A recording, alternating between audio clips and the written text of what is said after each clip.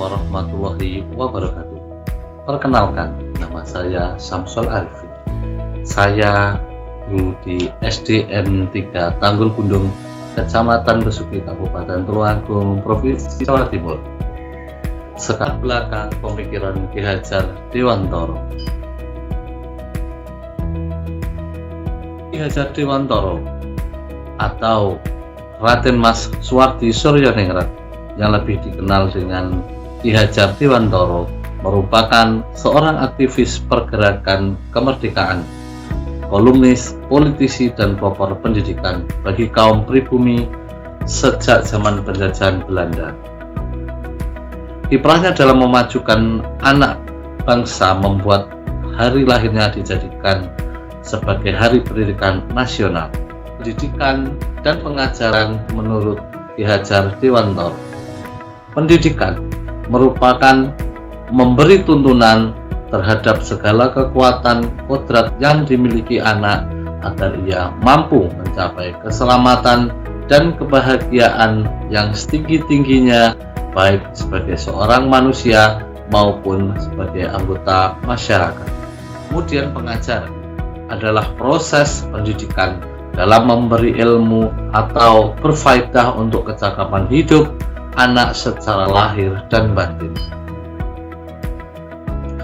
Menurut Ki Hajar Dewantoro, pendidikan bertujuan untuk menuntun segala kodrat yang ada pada anak-anak agar mereka dapat mencapai keselamatan dan kebahagiaan yang setinggi-tingginya. Pendidik itu hanya dapat menuntun tumbuh atau tidaknya kekuatan kodrat yang ada pada anak-anak agar dapat memperbaiki lakunya, bukan dasarnya.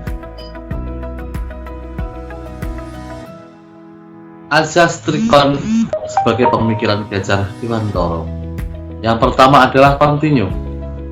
Artinya adalah pengembangan yang dilakukan harus berkesinambungan, dilakukan secara terus-menerus dengan perencanaan yang baik. Yang kedua, convergent. Artinya pengembangan yang dilakukan dapat mengambil dari berbagai sumber di luar, bahkan dari praktek pendidikan di luar negeri. Kemudian yang ketiga adalah konsentris, artinya pengembangan pendidikan yang dilakukan agar tetap berdasarkan kepribadian kita sendiri.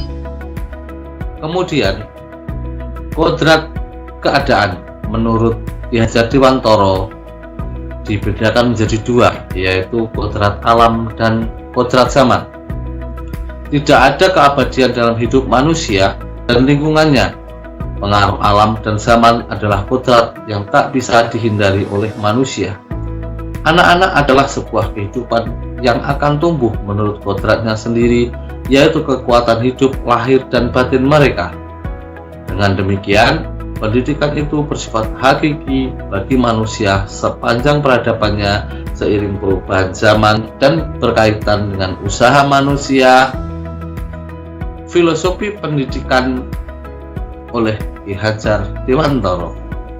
Yang pertama adalah menuntun. Yang kedua, berpusat pada anak. Yang ketiga, kolaborasi pendidikan. Yang keempat, karakter atau watak.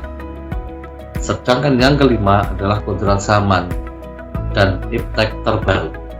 Kemudian, implementasi pemikiran Ki Hajar Dewantoro di kelas saya adalah sebagai berikut. Yang pertama, kami menyusun visi dan misi sekolah sesuai dengan pemikiran Ki Hajar Dewantoro. Yang kedua, menciptakan iklim sekolah yang positif. Yang ketiga, melibatkan anak dalam menentukan kebijakan sekolah. Yang keempat, menyelenggarakan sekolah ramah anak. Yang kelima, melaksanakan program pembiasaan. Kemudian yang keenam, mengembangkan pengetahuan, keterampilan, dan sikap. Ketujuh, membentuk budi pekerti anak dengan keteladanan, tuntunan, dan dorongan. Kedelapan, melakukan analisis kebutuhan dan asesmen diagnostik di kelas saya sesuai dengan pemikiran Ki Hajar Dewantoro. Terima kasih. Assalamualaikum warahmatullahi wabarakatuh.